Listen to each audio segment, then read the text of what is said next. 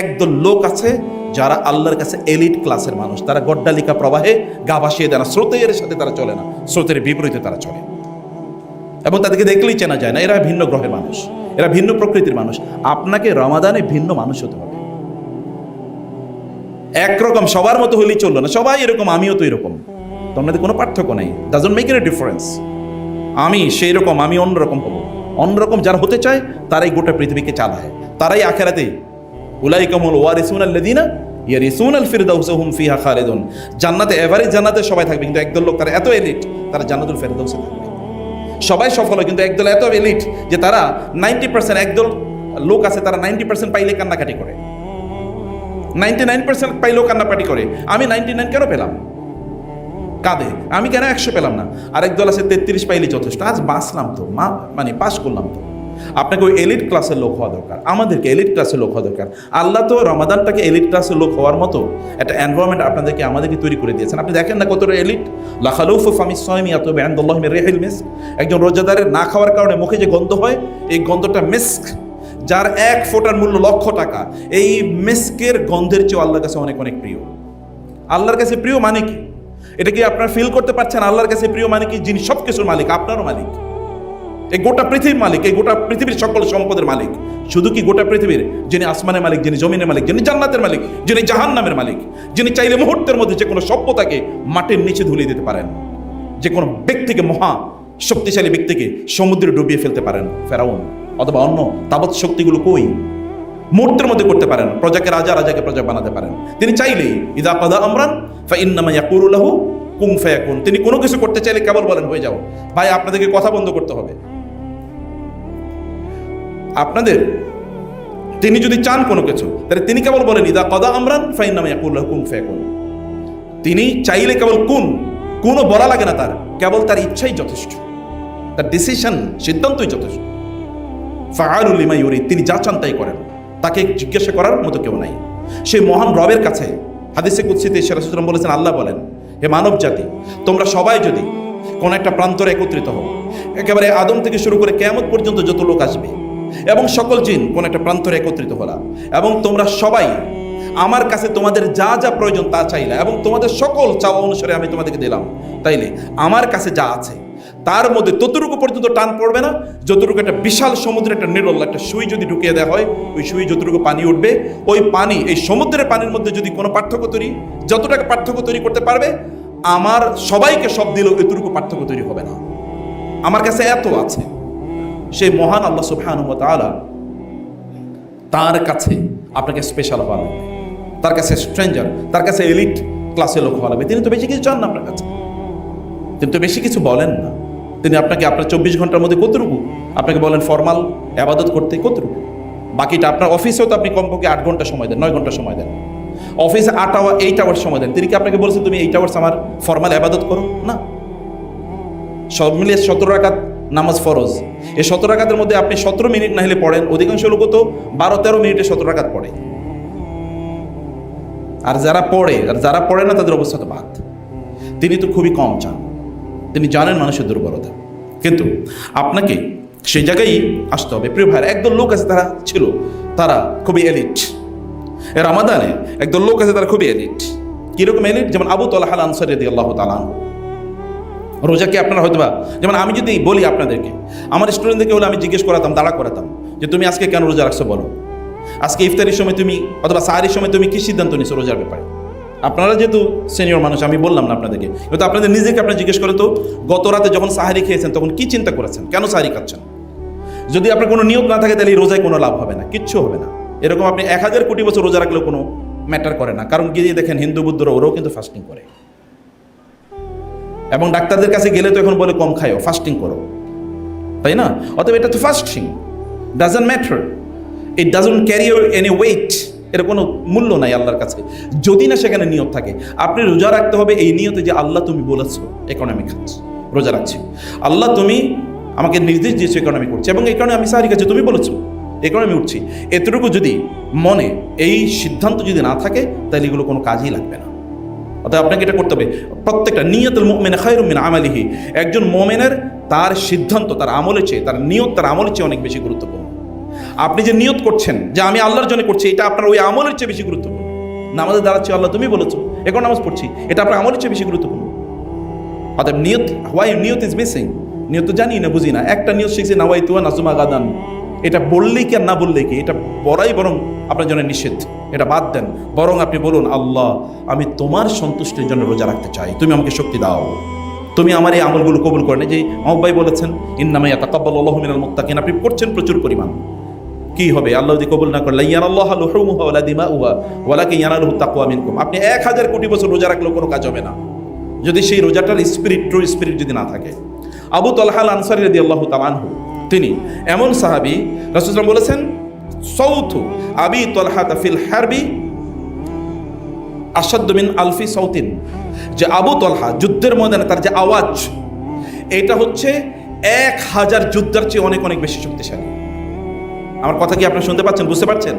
আমি একটু দ্রুত বলি, এই কারণে যদি আপনাদের কোনো পয়েন্ট মিস হয় তাহলে আমি ক্ষমা চেয়ে নিচ্ছি। আমি বলছি আবু তালহা আল আনসারী রাদিয়াল্লাহু তাআলা আনহু, তিনি আনসারী সাহাবী। রাসূলুল্লাহ সাল্লাল্লাহু আলাইহি ওয়াসাল্লাম তার ব্যাপারে বলেছেন, তার যুদ্ধের ময়দানে তার হুঙ্কার আল্লাহু আকবার, এই আওয়াজটি 1000 যুদ্ধের চেয়ে অনেক অনেক বেশি ভয়ঙ্কর শত্রুদের জন্য। কিন্তু তিনি কি করতেন জানেন? রাসূলুল্লাহ সাল্লাল্লাহু আলাইহি ওয়াসাল্লামের যে উদ্দেশ্যে তিনি রোজা রাখতেন না, রমাদানের বাইরে রোজা রাখতেন না। কারণ কি? কারণ হচ্ছে রাসূলের সাথে যুদ্ধের ময়দানে যাওয়া লাগবে, যদি রোজা রাখলে একটু দুর্বল হয়ে যান, এবং এই কারণে তিনি রোজা না রেখে শারীরিকভাবে শক্তিশালী থাকতেন, যেন যুদ্ধের ময়দানে গিয়ে যুদ্ধ করতে পারেন। ওই যে হুঙ্কার, এটা খুবই গুরুত্বপূর্ণ। কিন্তু রাসূল ইন্তেকালের পর থেকে উনি কেবল নিষিদ্ধ দিনগুলোতে রোজা রাখতেন না, বছরে 2 দিন অথবা 5 দিন, আর বাকি গোটা বছর রোজা রাখতেন। তাকে বলা হতো কেন? বলে এখন তো আর আগের মতো যুদ্ধের ময়দানে যাওয়া লাগে না, এখন আমি আল্লাহর সন্তুষ্টি অর্জন, আল্লাহ রাসূলের সাথে থাকতে চাই আমি জান্নাতে। এ কারণে এখন রোজাই আমার পলিসি। নিয়তের অবস্থা দেখছেন? নিয়ত কাকে বলে? নিয়তের লেভেলটা দেখেন। রাসূলুল্লাহ সাল্লাল্লাহু আলাইহি ওয়াসাল্লাম এর একজন সাহাবী আবু উমামা আল বাহিলি, তিনি রাসূলকে এসে বলে, ইয়া রাসূলুল্লাহ, আমরা যুদ্ধের ময়দানে যেতে চাই, আপনি আমার জন্য একটা দোয়া করুন। তিনি বললেন, আল্লাহুম্মা সাল্লিমহুম ওয়া গান্নিমহুম, হে আল্লাহ তুমি তাকে নিরাপদে ফিরিয়ে নিয়ে আসো, প্রচুর পরিমাণ গনিমতের মাল যেন পাই এই ব্যবস্থা করে দাও। তিনি যুদ্ধের ময়দানে গেলেন, যুদ্ধের ময়দান থেকে এগুলো ফিরে আসলেন, এক প্রচুর গনিমতের মাল নিরাপদে ফিরে আসলেন। তিনি আরেকটা, তার নিয়ত হলো যুদ্ধের ময়দানে যেন শাহাদাত বরণ করেন, কারণ রাসূল দোয়া করবেন আল্লাহ তুমি তাকে যুদ্ধের ময়দানে শাহাদাতের মর্যাদা দাও। কিন্তু তিনি আইতেছেন, পাচ্ছেন উল্টাও দোয়া। তিনি পরে আবার আসলেন আরেক যুদ্ধের আগে, আবার রাসূল একই দোয়া করলেন। থার্ড যুদ্ধের আগেও আসলেন, একই দোয়া করলেন। এরপরে ফিরে এসে বলেন, ইয়া রাসূলুল্লাহ, আমি আপনাকে 3 বার দোয়া আপনার কাছে চাইছি, আপনি যেন আমার জন্য দোয়া করেন যেন আমি শাহাদাত বরণ করি যুদ্ধের ময়দানে। আর আপনি 3 বারই আমার জন্য দোয়া করছেন আমি যেন নিরাপদে ফিরে আসি। আমি তো নিরাপদে ফিরে এসি। ইয়া রাসূলুল্লাহ, আল্লিমনি আমালান ইউদখিলুনি আল জান্নাহ ওয়া ইউবাইদুনি মিনান নার, আমাকে এমন একটা আমলের কথা বলেন যে আমলটা করলে আমি জান্নাতে যেতে পারবো এবং জাহান্নাম থেকে আমি মুক্ত হতে পারবো। রাসূল সাল্লাল্লাহু আলাইহি ওয়াসাল্লাম বললেন, আলাইকা বিসসিয়াম ফাইন্নাহু লা ইদলা লাহু, তাইলে বেশি বেশি রোজা রাখো, কারণ রোজার মতো কোনো আমল নাই। বেশি বেশি রোজা রাখো, রোজার মতো কোনো আমল নাই, তুমি রোজা রাখলেই তুমি জান্নাতে যেতে পারবে। একজন সাহাবী যুদ্ধের ময়দানে যাচ্ছেন, so fasting is better than fighting in the way of Allah, এটা এই হাদিসের মাধ্যমে বুঝতে পারি। এখন আমাদেরকে, আমরা যখন রোজা রাখছি, ট্রু স্পিরিট যদি আমাদের মধ্যে না থাকে, তাহলে আপনি চিন্তা করে দেখেন, আয়েশা রাদিয়াল্লাহু তাআলা আনহা, অথবা যদি আমি হাফসা রাদিয়াল্লাহু তাআলার স্ত্রী এবং ওমর রাদিয়াল্লাহু তাআলার মেয়ে, একবার রাসূল সাল্লাল্লাহু আলাইহি ওয়াসাল্লাম তার স্ত্রীর সাথে রাগ করলেন, গিয়ে তিনি মসজিদে থাকলেন 29 দিন। এর মধ্যে সংবাদ চাউর হয়ে গেল সমাজে যে তিনি তার স্ত্রীদেরকে তালাক দিয়েছেন। ওমর রাদিয়াল্লাহু তাআলা গেলেন, এমনি হাফসা রাদিয়াল্লাহু তাআলা কাঁদছেন, অন্য স্ত্রীরাও কাঁদছেন। ওমর রাদিয়াল্লাহু তাআলা গেলেন মসজিদে, গিয়ে দেখলেন রাসূল সাল্লাল্লাহু আলাইহি ওয়াসাল্লাম শুয়ে আছেন। ইয়া রাসূলুল্লাহ, হাল তাল্লাকতা ইমরাত নিসাআকা, আপনি কি আপনার স্ত্রীদেরকে তালাক দিয়েছেন? তিনি বলেন, না না, তালাক দেইনি। ওমর প্রচণ্ড খুশি, তিনি ফিরে আসলেন, অলরেডি সংবাদ চলে গেছে, না তিনি তালাক দেন না। এর মধ্যে জিবরিল আসলেন, রাসূল সাল্লাল্লাহু আলাইহি ওয়াসাল্লাম বলছেন, আতানি জিবরিল ফাকালা, জিবরিল আমার কাছে আসলেন এবং বললেন, ইয়া রাসূলুল্লাহ, আল্লাহ আমাকে পাঠিয়েছেন আপনাকে একটা স্পেশাল অর্ডার দিয়ে, অর্ডিনমেন্ট, কমান্ডমেন্ট দিয়ে। সেটা কি? রাজি হাফসা ফাইন্নাহা সাওয়ামা কাওয়ামা, আপনি হাফসাকে তালাক দিতে পারবেন না, কারণ হাফসা ব্যাপক পরিমাণ রোজা রাখে, এই কারণে আল্লাহ তাআলা তাকে প্রচুর ভালোবাসেন।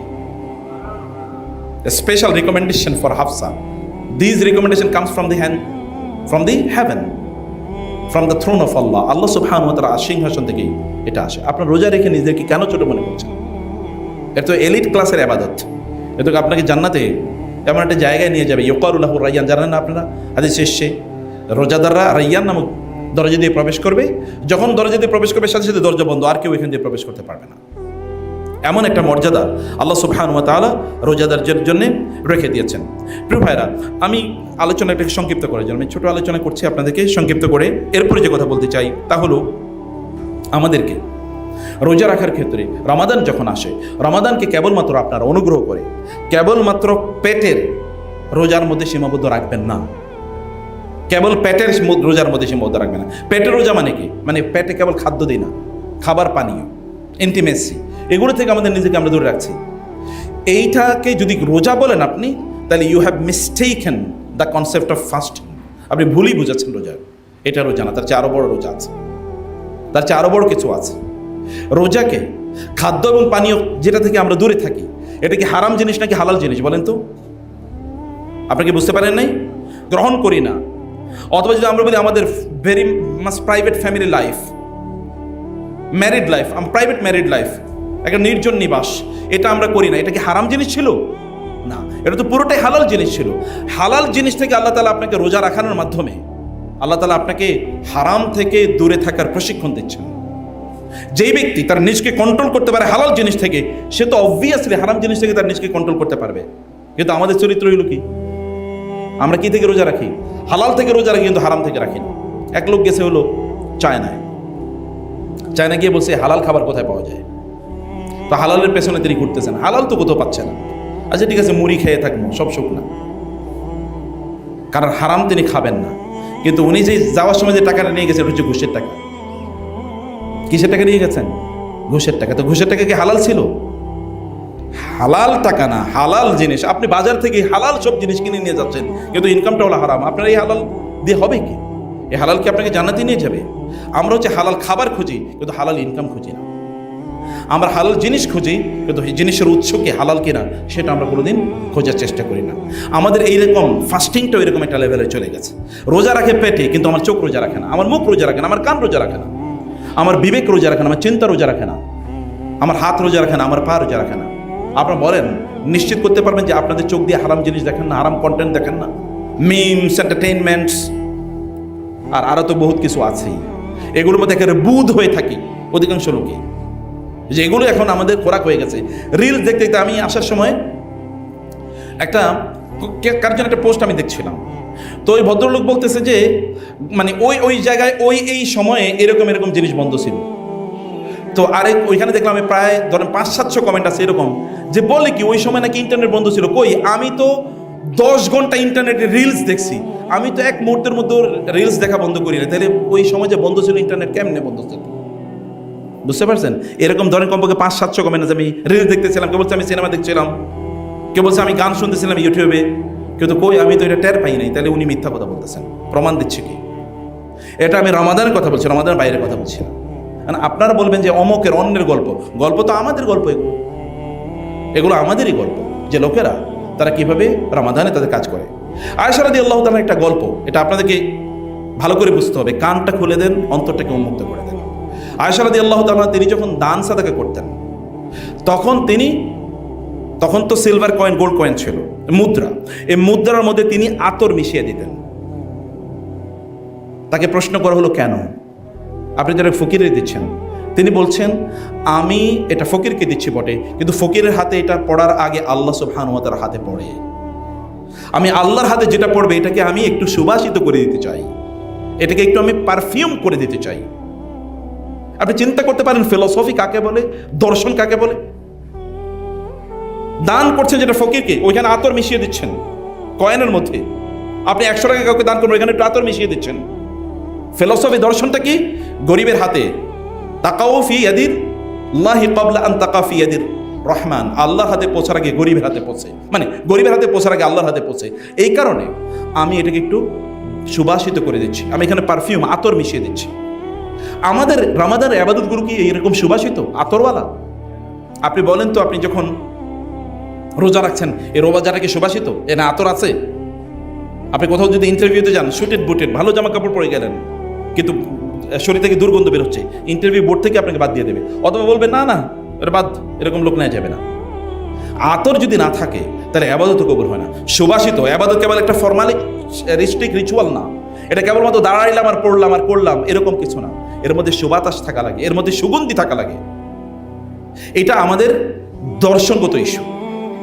এবং আপনি যখন রোজা রাখছেন তখন এই দর্শন এখানে অবশ্যই, আমি রোজা রাখছি, অথবা আমার চোখও রোজা রাখবে, আমার মুখও রোজা রাখবে, আমার কানও রোজা রাখবে, আমার অন্তর রোজা রাখবে, আমার ব্রেনও রোজা রাখবে, আমার চিন্তা চেতন রোজা রাখবে, আমার হাত রোজা রাখবে, পা রোজা রাখবে।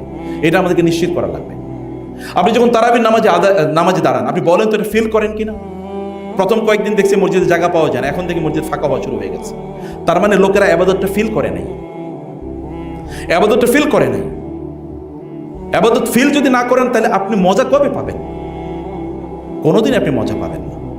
আপনি বলেন তো কোরআন তেলাওয়াত আপনি শুনছেন, কোরআন তেলাওয়াতের পর আপনার চোখ থেকে পানি পড়েছে কিনা? অথচ আল্লাহ তাআলা কোরআনে বলেছেন ওয়াইজা সামিউ মা উনজিলা রাসূলি তারা আয়ুনাহুম তাফিদু মিনাদ দাম'i মিম্মা আরাফু মিনাল হক। তারা যখন কোরআন তেলাওয়াত শুনে আল্লাহ ওয়ালারা, এদের চোখ থেকে তখন পানি পড়ে। আপনার চোখ থেকে কোরআন তেলাওয়াতের পর বা কোরআন তেলাওয়াত শোনার পর আপনার চোখ থেকে যদি পানি না পড়ে থাকে, আল্লাহর কসম আপনি এখনো ঈমানের স্বাদই পান নাই, কোরআন তেলাওয়াতের স্বাদই পান নাই, এখনো বুঝেনি কোরআন তেলাওয়াত কাকে বলে। এই অনুভূতি তৈরি হয় নাই। কারণ হচ্ছে কোরআন তেলাওয়াতের পরে এরকম ফিল আসতে হবে। দেখেন না বহু লোকেরা কাঁদে, জিজ্ঞেস করে দেখেন, ও বলবে আমি তখন জান্নাতে ছিলাম। ও বলে তখন আমার মধ্যে একটা জান্নাতি ফিলিং ছিল। বৃষ্টি আসলে যেমনিভাবে সকল ময়লা আবর্জনা পরিবেশ থেকে দূর হয়ে যায়, কেউ যদি চোখ থেকে দুফোঁটা পানি ফেলতে পারে তাহলে তার অন্তরে সকল গ্লানি আল্লাহ তাআলা দূর করে দেন। আপনাকে রোজাটাকে এরকম কোরআন তেলাওয়াতটাকে এরকম ফিল করতে হবে, কোরআন তেলাওয়াত শুনতে হবে, কোরআন তেলাওয়াত করতে হবে, কোরআনকে বুঝতে হবে। কেবল তেলাওয়াতের মধ্যে সীমাবদ্ধ না, আপনাকে বুঝতে হবে আপনি কবে কোরআন ধরে বলেছেন। আপনি অমুকের উপন্যাস পড়েন, তমুকের উপন্যাস পড়েন, অমন ভাষা তমক ভাষা আপনি পড়ছেন, অমুক ভাষা আপনি এক্সপার্ট, এগুলো কোনোটাই চোখ মানে কবরে গিয়ে দেখেন, চোখটা বন্ধ করে দেখেন এগুলোর ব্যাপারে জিজ্ঞেস করা হবে কিনা তুমি কি পড়েছো। নো, তুমি কোরআন পড়েছো কিনা, এটার ব্যাপারে তোমার কি ছিল, তুমি কি জ্ঞান অর্জন করেছো, কি অনুসারে আমল করেছো। That will be the question put to you in the grave. উত্তর না দিতে পারলে কি হবে? হা হা লা আদরি, না না আমি জানি না, কিছুই জানি না। কোনো এক্সকিউজ সেদিন কাজে লাগবে না। আপনাদের রমাদান তো দোয়ার সময়, আপনি বলেন তো এই ফিল কোনোদিন আপনার হয়েছে যে আপনি দোয়া করেছেন, দোয়া করার পর এরপরে দেখলেন দোয়াটা কবুল হয়ে গেছে, এবং আপনার মধ্যে কি ভালো লাগা তখন তৈরি হয়? বিশ্বাস করেন আমার ব্যক্তিগত জীবনে অসংখ্যবার এরকম হয়েছে। ওমা কানা বিদুআ ওমা কুনতু বিদুআইকা রাব্বি শাকিয়া। হে আল্লাহ, তোমার কাছে চাই আমি কোনোদিন নিরাশ হই নাই।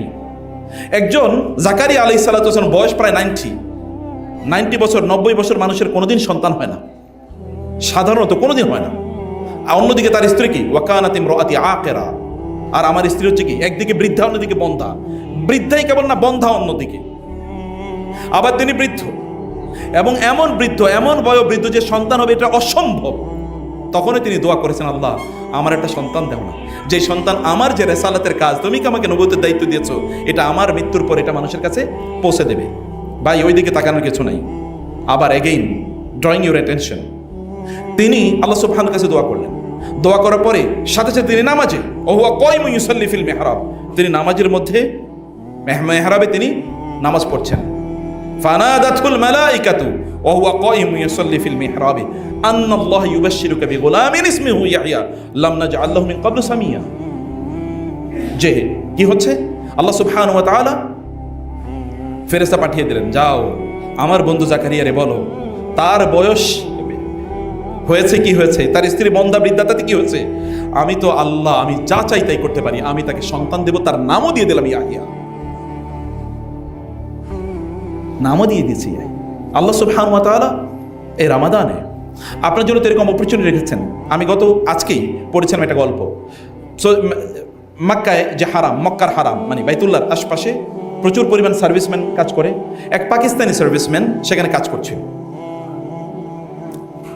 এবং তিনি আল্লাহর কাছে দোয়া করছিলেন, এবং এত আকুতি তার কাজের ফাঁকে আল্লাহর কাছে এত আকুতি মিনতির সাথে বিনয়ের সাথে তিনি দোয়া করছিলেন। ওইখানে ধর হাজার হাজার ক্যামেরা আছে, কোন একটা ক্যামেরা তাকে কি স্পটলাইট করে ফেলছে। করার পরে ওইটা তো সারা পৃথিবীব্যাপী কি স্ট্রিমিং হয়ে গেছে, লাইভ স্ট্রিমিং, ওইটা ভাইরাল হয়ে গেছে, অতটুকু অংশই গোটা পৃথিবীতে এটা ভাইরাল হয়ে গেছে সোশ্যাল মিডিয়াতে।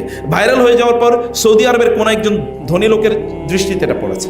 পড়ার পরে তিনি বলেন লোকটাকে খুঁজে বের করো, তাকে খুঁজে বের করো, তাকে ডাকা হলো, তোমার কি সমস্যা, তুমি এত মিনতি করে আল্লাহর কাছে কি চাইছিলা? বলে যে আমার একটা বড় লোন আছে, আমি এটা পরিশোধ করতে পারছিলাম না, এ কারণে আল্লাহকে বলছিলাম, হে আল্লাহ তুমি লোনটা পরিশোধ করো।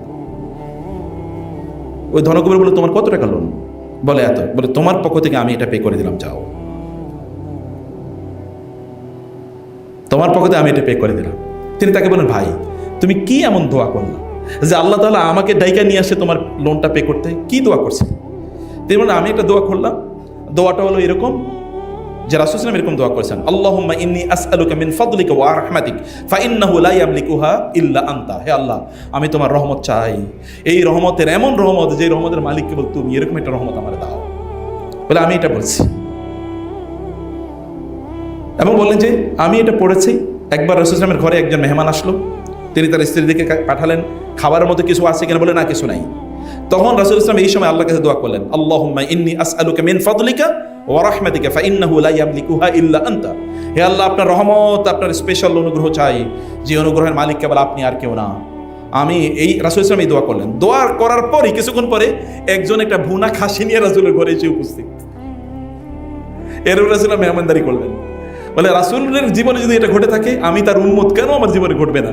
আমি এই বিশ্বাস নিয়ে আল্লাহর কাছে চেয়েছি এবং আল্লাহ তাআলা আর আমার জন্য এরকম ব্যবস্থা করে দিয়েছে।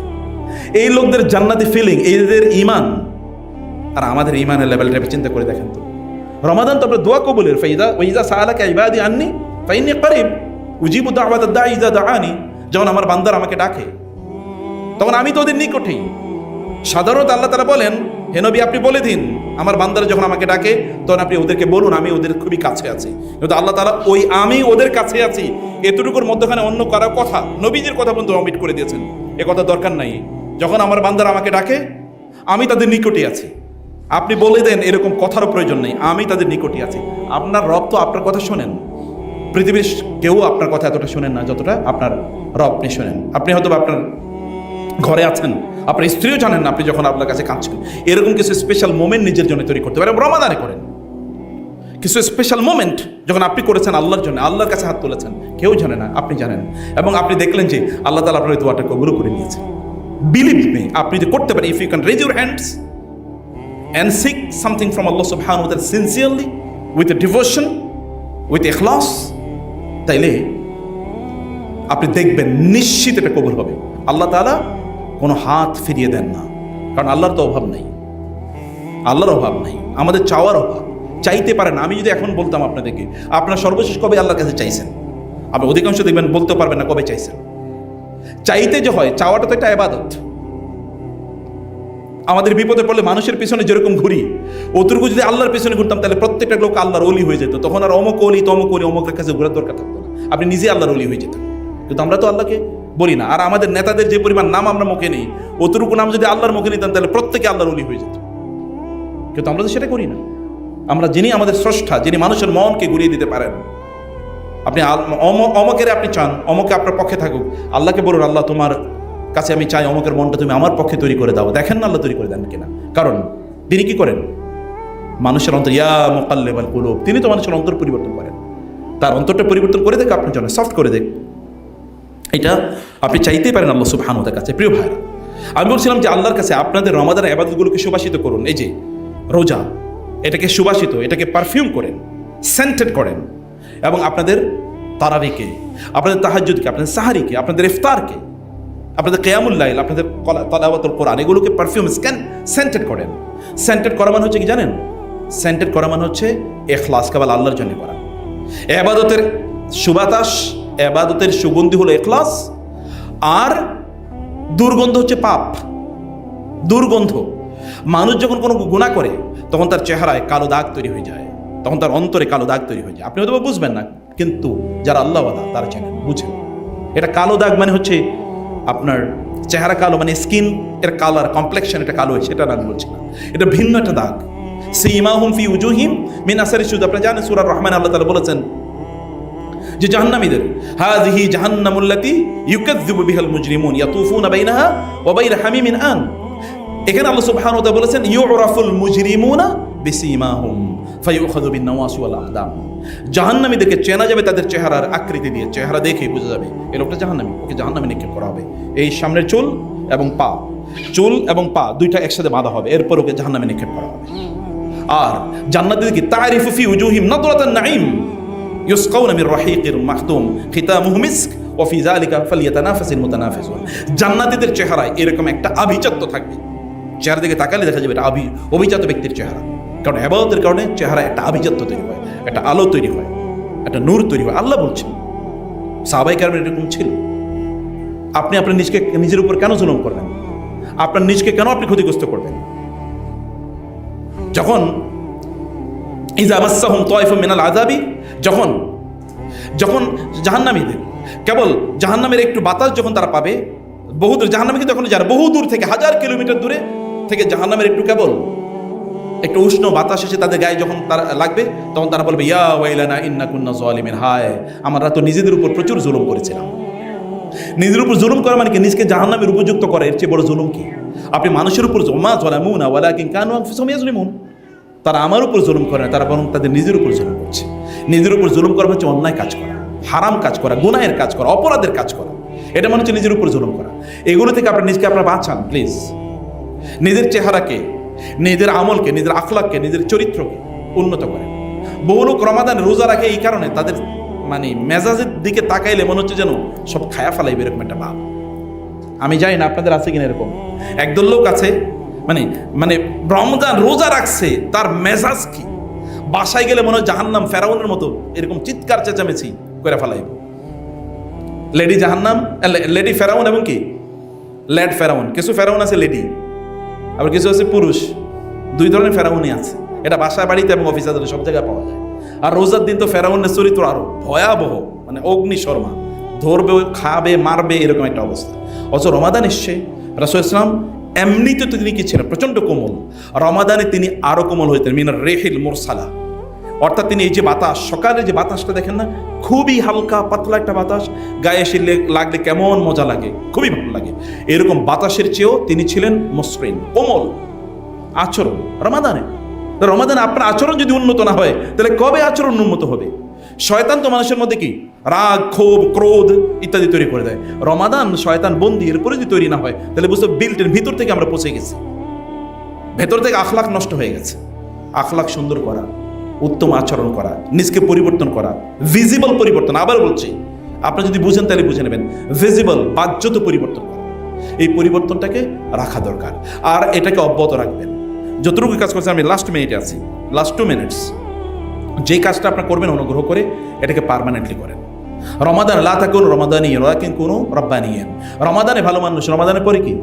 রমাদানে আমরা আল্লাহর বান্দা, রমাদানের পরে কি শয়তানের? ওয়া ইবাদুর রহমানিল্লাযিনা ইয়ামশুনা আলাল আরদি হাওনা। একদল লোক আছে তারা ইবাদুর রহমান, আল্লাহর বিশেষ বান্দা, আল্লাহর বিশেষ বান্দা। তাদের আচরণ কি? ওয়া ইযা খাতাবাহুমুল জাহিলুনা ক্বালু সালামা ইয়ামশুনা ফিল আরদি হাওনা। তারা জমিনে যখন চলে তখন তারা প্রচন্ড বিনয়ের সাথে চলে, তারা নম্রতার সাথে চলে, তাদের আচরণগুলোর মধ্যে নম্রতা থাকে। এবং যদি কেউ তাকে গালিগালাজ করে তাহলে বলে সালাম ভাই, তুমিও শান্তিতে থাকো, আমিও শান্তিতে থাকি। ঝগড়া বিবাদের সাথে তার কোনো সম্পর্ক নাই, এগুলোর সাথে তার নিজকে একেবারেই সে জড়ায় না। প্রিয় ভাইরা, সম্মানিত বোনেরা, সে কারণে আমি আপনাদেরকে বলবো যে রমাদানে এই কাজগুলোর পাশাপাশি লাস্ট যে পয়েন্টটি আমি বলতে চাই তা হলো, রমাদানে গোপন পাপ থেকে নিজেকে দূরে রাখেন। মানুষ ধ্বংস হয় কিন্তু নিজের গোপন পাপের কারণে ধ্বংস হয়ে যায় দুনিয়াতে এবং আখিরাতে। কত ইয়াংরা আমাদের কাছে কত হাজার মেসেজ পাঠায় গোপন পাপের ব্যাপারে। গোপন পাপ আপনার ইবাদতের স্বাদ নষ্ট করে দেয়, চেহারার গ্লোরি নষ্ট করে দেয়, এবং গোপন পাপ একজন ব্যক্তিকে দুনিয়াতে তো ধ্বংস করে আখিরাতে শেষ করে দেয়। আপনারা জানেন রাসূলুল্লাহ সাল্লাল্লাহু আলাইহি ওয়াসাল্লাম বলেছেন, কিয়ামতের দিন লা আ'লামান্না আকওয়ামান মিন উম্মতি, কিয়ামতের দিন একদল লোক তারা আসবে, আমি এদেরকে চিনি, এদের চেহারা দেখলে আমি এখনো বলে দিতে পারবো, এরা কিয়ামতের দিন আসবে এত ভালো আমল নিয়ে, কামসালি জিবালি তিহামা তাবিদা। তিহামা যে বিশাল একটা প্রান্তর, এই প্রান্তরে যে বিশাল বিশাল পাহাড় আছে না, এই পাহাড়ের মতো ব্যাপক পরিমাণ আমল নিয়ে তারা আসবে কিয়ামতের দিন। কিন্তু ফায়াজআলুহু হাবাআম মানসুরা, আল্লাহ তাআলা এই আমলগুলোকে তুলার মতো, ধুলার মতো, ধুলি করার মতো উড়িয়ে দেবেন। সাহাবায়ে কেরাম বললেন, ইয়া রাসূলুল্লাহ সিফহুম লানা জাল্লিহুম লানা ইয়া রাসূলুল্লাহ হাত্তা লা নাকুনা মিনহুম। ইয়া রাসূলুল্লাহ, এরা কারা একটু বলেন, যেন আমরা তাদের মতো না হয়ে যাই। এত আমল করবো কিন্তু এগুলো আল্লাহ তাআলা ছুঁড়ে ফেলে দেবেন, আমরা যেন তাদের মতো না হই। কারা এরা? রাসূল বলেন, আলা ইন্নাহুম মিন ইখওয়ানিকুম ওয়া ইন মিন জালদাতিকুম, ওরা তোমাদেরই ভাই, তোমাদেরই পরিচিত, তোমাদের আত্মীয়স্বজন, তোমাদের কাজিনস, তোমাদের কালিগস, তারা তোমাদের পরিচিত। কিন্তু এরা প্রকাশ্যে ভালো কাজ করত, কিন্তু যখনই তারা আলাদা হয়ে যেত, গোপন হয়ে যেত, তার রুম বন্ধ, তার চিপার মধ্যে কম্পিউটারটা রেখে দিছে, বাসার মধ্যে সবাই ঘুমিয়ে পড়ছে, নীল আলো তার মোবাইলে জ্বলে উঠেছে, কেউ নাই, তখন হঠাৎ করে কেউ নাই, ওকে, তখন স্ক্রল ডাউন করা শুরু করে দিয়েছে, এনতাহাকু মাহারিম আল্লাহ, তখন হারাম কাজগুলো তারা করে বেড়াতো। প্রিয় ভাই বোন, সুশাসনের কথা বলা হয়েছে। আপনি যদি বলেন আপনার এই অফিস, আপনি যতটুকুর মধ্যে আছেন, যতটুকু আপনার রাজ্য, এখানে কোনো হারাম কাজ চলবে না, এখানে কোনো নিষিদ্ধ কাজ চলবে না। নিষিদ্ধ কাজ তো অনেক, গভর্নমেন্ট অফিসগুলোতে কি হয়, একটা লোক এসে দাঁড়িয়ে আছে, আপনি তার সার্ভিস দিতে পারেন, কিন্তু আপনি বলেন 5টা বেজে গেছে, আমি সার্ভিস দেবো না। আল্লাহ দেখে আমাদের দিন বলেন তোমার কিন্তু আমি এতটুকু সময় দিলাম, তোমারও সার্ভিস দিলাম না, যাও। তখন কি করবেন? কারণ 5টা 1 মিনিট সার্ভিস দিলে কি কবিরা গুনাহ হয়ে যাবে? এই লোকটা তো 2 ঘন্টা 3 ঘন্টা ট্রাভেল করে এসছে আপনার কাছে। এহসান, হাল জাযাউল ইহসান ইল্লাল ইহসান, আহসিন কামা আহসানাল্লাহু ইলাইক, আহসিনু মান ফিল আরদি ইয়াহসিনুকুম মান ইউহসিনুকুম মান ফিস সামা, ইরহামু মান ফিল আরদি ইয়ারহামুকুম মান ফিস সামা। আল্লাহর পক্ষ থেকে ইহসান পেতে হলে মানুষের প্রতি ইহসান করতে হবে। আপনি তার ফাইলটা আটকে দিলেন, তার কাজটা করে দিলেন না, আপনি তার জন্য, কারণ তারা দেখতে ভালো লাগে না এই কারণে আপনি তার, আরেকজনে দেখতে ভালো লাগে এই কারণে তারা মানে কাজটা করে দিলেন, আরেকজনে দেখতে ভালো লাগে তার কাজটা আপনি করে দিলেন না। আল্লাহর সামনে দাঁড়াইতে হবে না কিয়ামতের দিন? অবশ্যই দাঁড়াতে হবে। মনে রাখেন, যে এর আগে বলেছে এভরিথিং ইজ বিং রেকর্ডেড, সব কিছু রেকর্ড হচ্ছে। গোপন গুনাহ এগুলো থেকে নিজকে দূরে রাখতে হবে। গোপন গুনাহ, একদল লোক এত মুত্তাকি যে রমাদানে ঘুষের টাকা ধরে না, ওরা এই যে ড্রয়ারটা টাই না দেয়, এখানে রাখো, এটা আমি রমাদান রোজা রাখছি না, এখানে ধরতে পারবো না আমি। এরকম মুত্তাকি দিকে আল্লাহ তাআলা জাহান্নাম পূর্ণ করবেন। এত এই জাতীয় মুত্তাকি দরকার নাই। ভিতর থেকে আল্লাহকে পছন্দ করুন, আল্লাহকে ভালোবাসুন। আল্লাহ যেমন আপনাকে চোজ করেছেন, আল্লাহ সুবহানাহু ওয়া তাআলা দেখান যে আপনি সত্যিকার অর্থে চোজেন পিপল এর যোগ্যতা রাখেন। হারাম নিষিদ্ধ কাজ, গোপন নিষিদ্ধ কাজ থেকে নিজকে দূরে রাখুন। গোপন যদি আল্লাহর কসম, গোপন নিষিদ্ধ কাজ থেকে যদি আপনার নিজকে আপনি দূরে রাখতে পারেন, কেউ দেখছে না আপনাকে, কেবল আপনার রব দেখছে, তখন যদি আপনি কিছু ইবাদত করতে পারেন, 2 রাকাত নামাজ পড়েন, কোরআন তেলাওয়াত করেন, আল্লাহর কাছে হাত তোলেন, কেউ দেখছে না, আপনার মনে হবে দুনিয়াতে আপনার জন্য জান্নাত, আখিরাতেও জান্নাত আছে। এই দুনিয়াটা আপনার কাছে জান্নাত মনে হবে।